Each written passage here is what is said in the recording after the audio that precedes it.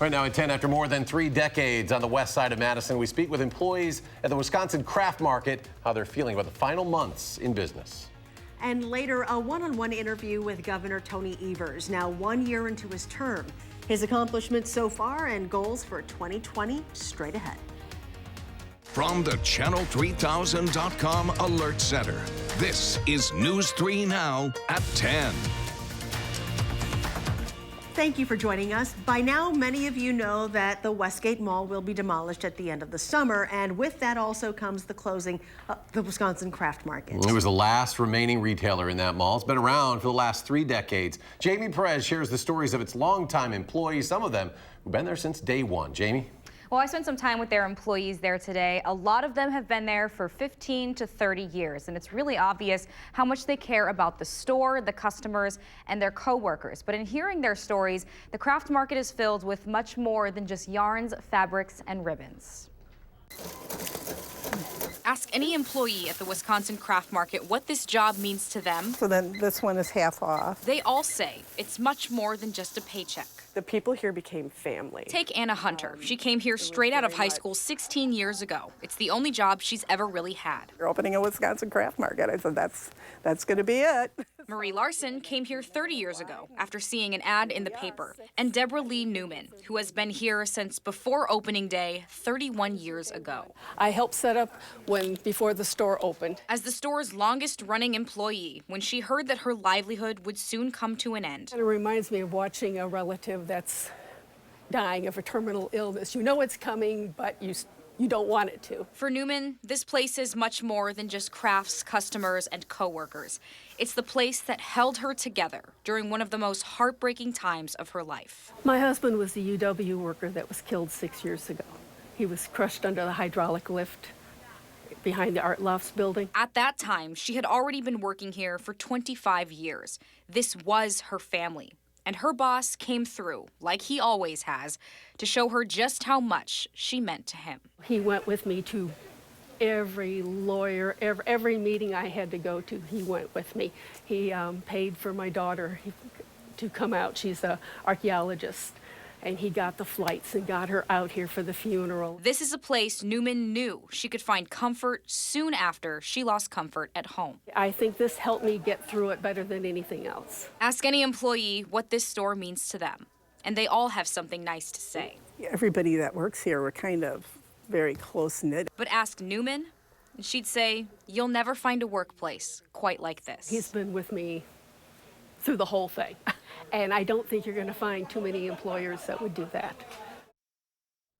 And I did ask the owner, Paul Zarnico, for an interview to go along with Newman's story and what his employees mean to him, but he said he was too emotional to do anything on camera today. But he did say that his employees mean everything to him, and they are the reason that he's going to miss this place so much when he has to shut the lights off for the last time. He clearly meant a lot to her through some tough times. Jamie, thank you for sharing that tonight. Thanks, Jamie.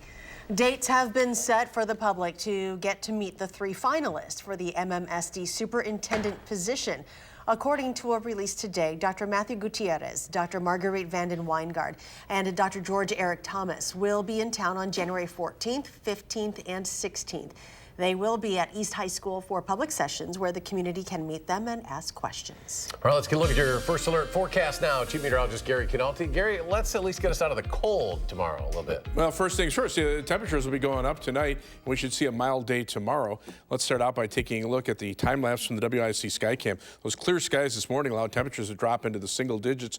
We had sunshine for much of the day before clouds moved in late in the afternoon, but it really didn't help temperatures very much. In fact, our high temperature of 21 was actually just after midnight. We dropped to 6 this morning, and temperatures have been in the mid to upper teens through most of the evening. Still at 17 in Madison. Temperatures are around 20 over southwestern Wisconsin with wind chills still in the single digits. But over the next 12 hours, you'll see our temperatures gradually heading up so that we'll probably be in the middle 30s by mid-morning tomorrow. And look for perhaps a little bit of freezing drizzle or a couple of flurries tomorrow morning, a few rain showers in the afternoon, but it'll be windy and milder with a high of 44. Later on, I'll take a look at our prospects for snow over the weekend. Gary, thank you. While Madison police say gun violence is still a major problem in the city, recent statistics show the number of shots fired incidents is going down.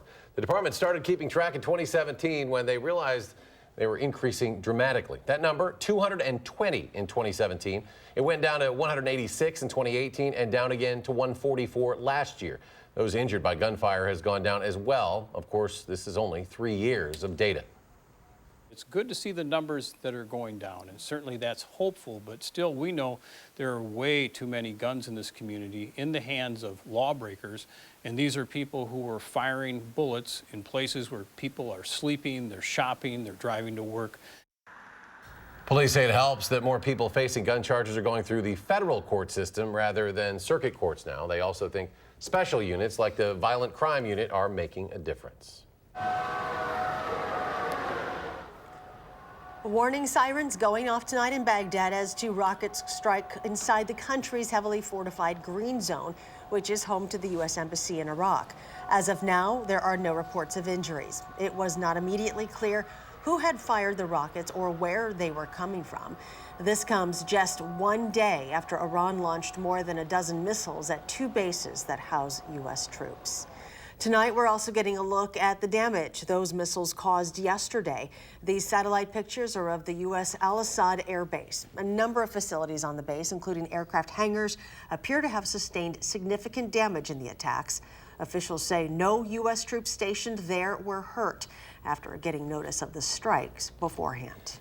House Speaker Nancy Pelosi is ready to take action on a potential war with Iran. This afternoon, she announced the House will take up a war powers resolution tomorrow that could limit President Trump's ability to take military action.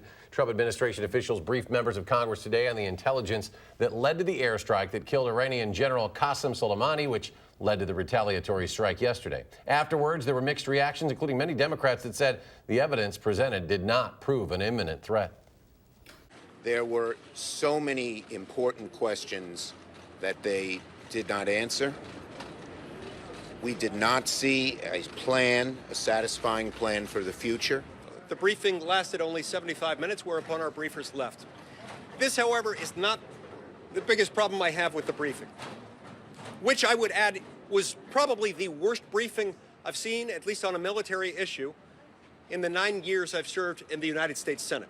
I thought the briefing was very helpful to have the Secretary of State, Secretary of Defense, and the other intelligence officials really walk through just how long of a history Soleimani had of inflicting terror and murder.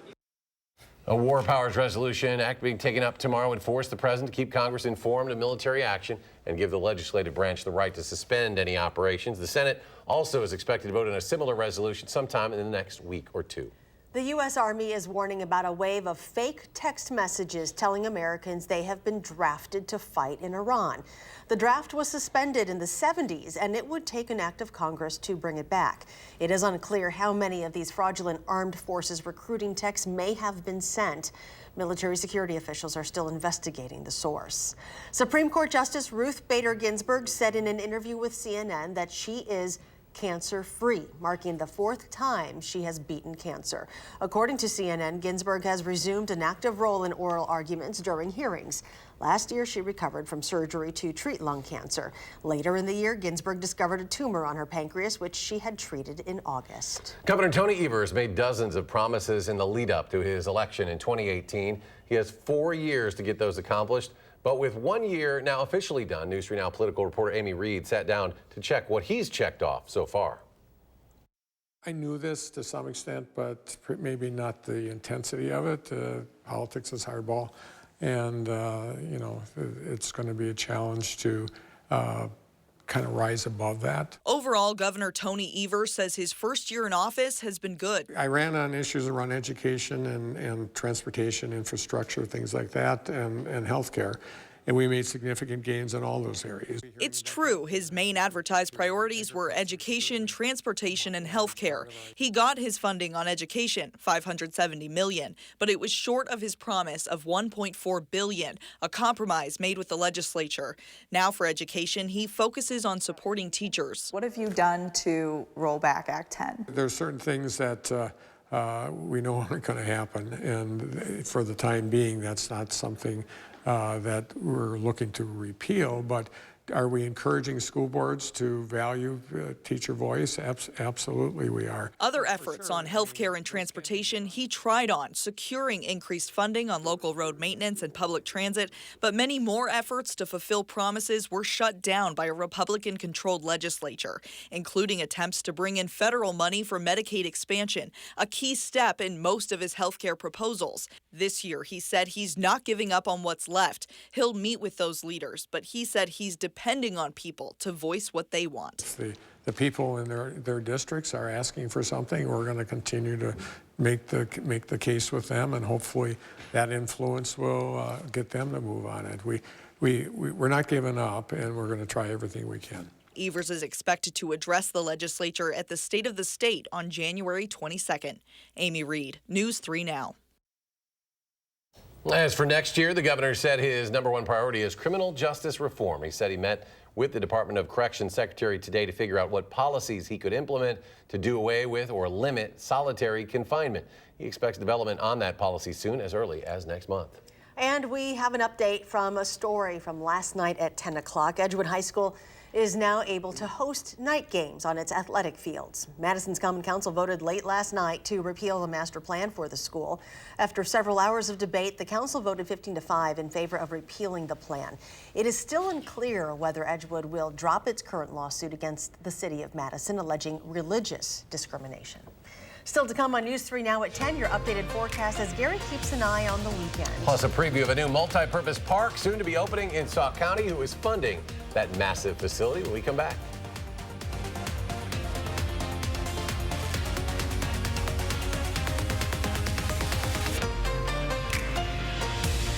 For first, fast, accurate weather updates, watch First Alert Weather.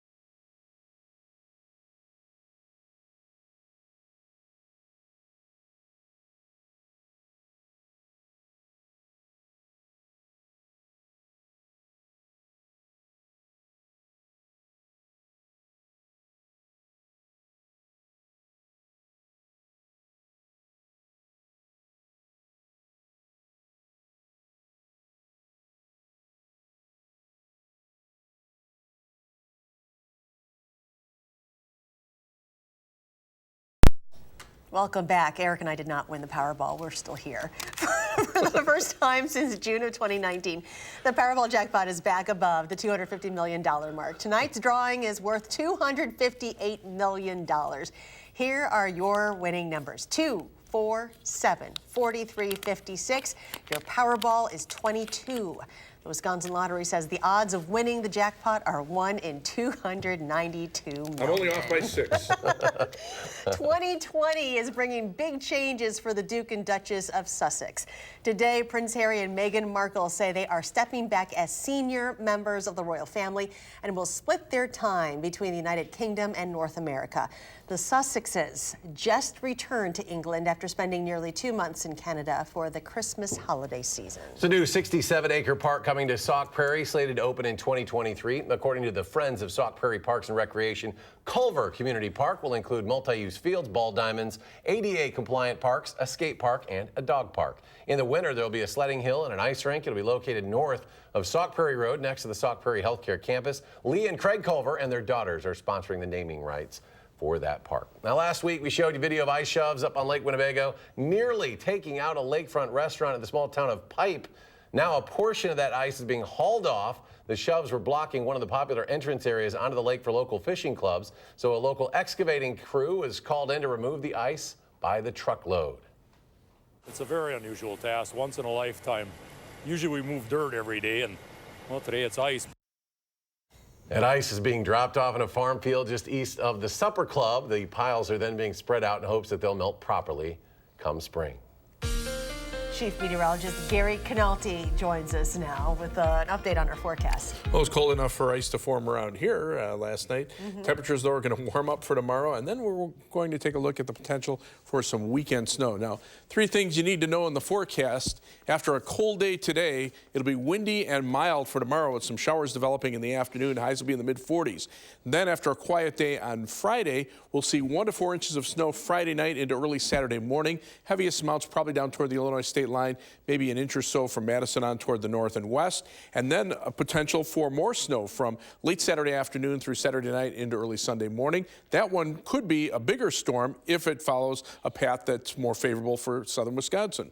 Alert days are in the forecast for both events because of the potential for several inches of snow. That's more likely for Friday night and Saturday morning. The second system could be a bigger impact, but there's more uncertainty right now associated with it. And you can see why. We're going to show you the future track models again.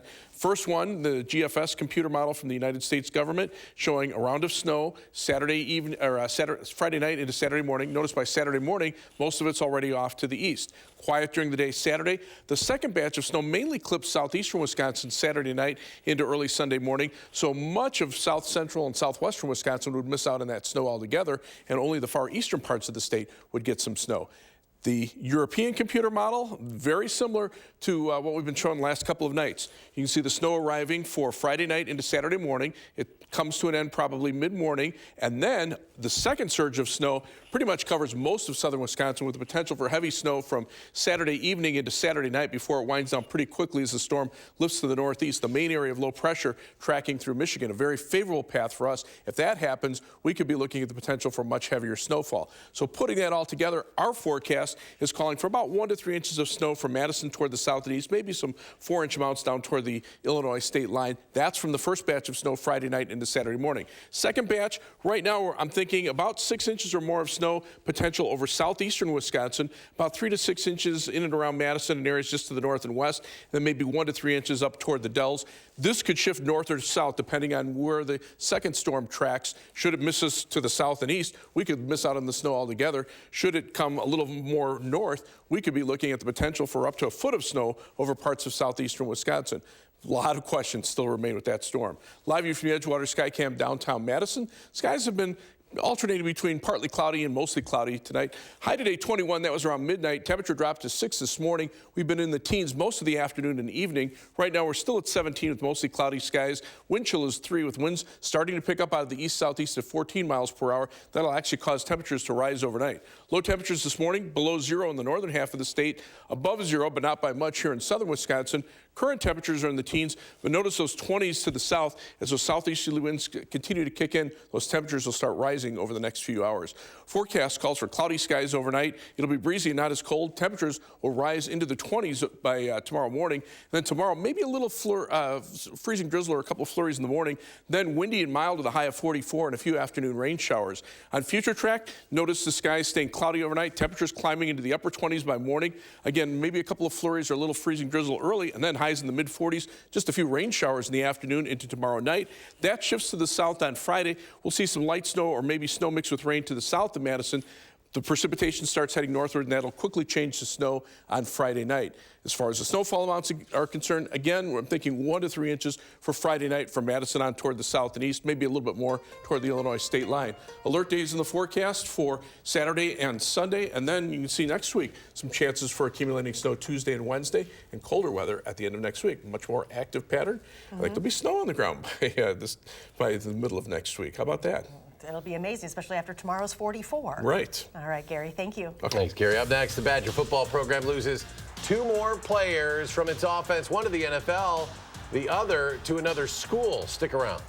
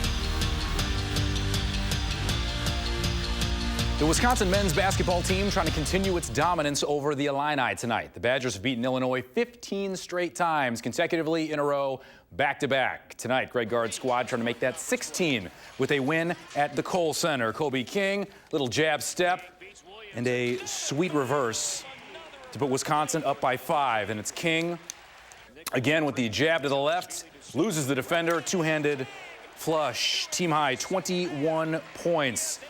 Late second, tied at 63. Nate Reavers gives Wisconsin a 2-point lead. On the seesaw we go. Illinois up by 1. Ayo Dosunmu, big-time 3 from the top of the key. Badgers down 1. Last chance. Demetric Trice going to go to his left. He hangs, can't hit, and the clock runs out.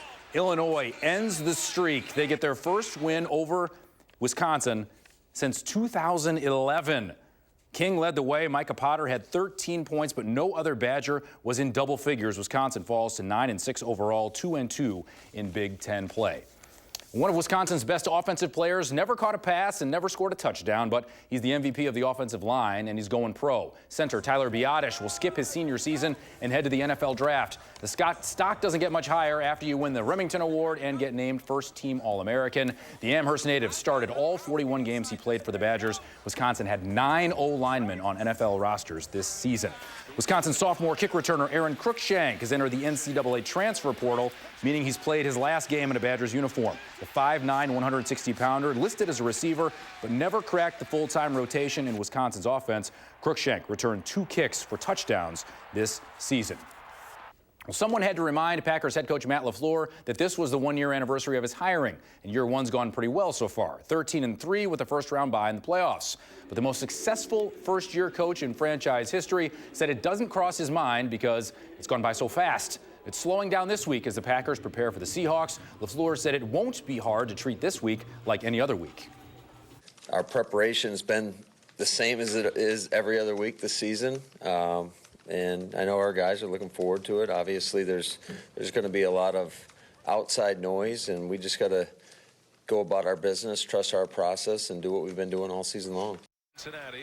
The Brewers locked down skipper Craig Counsell for another 3 years, inking him to an extension, keeping the Milwaukee native with the crew through 2023.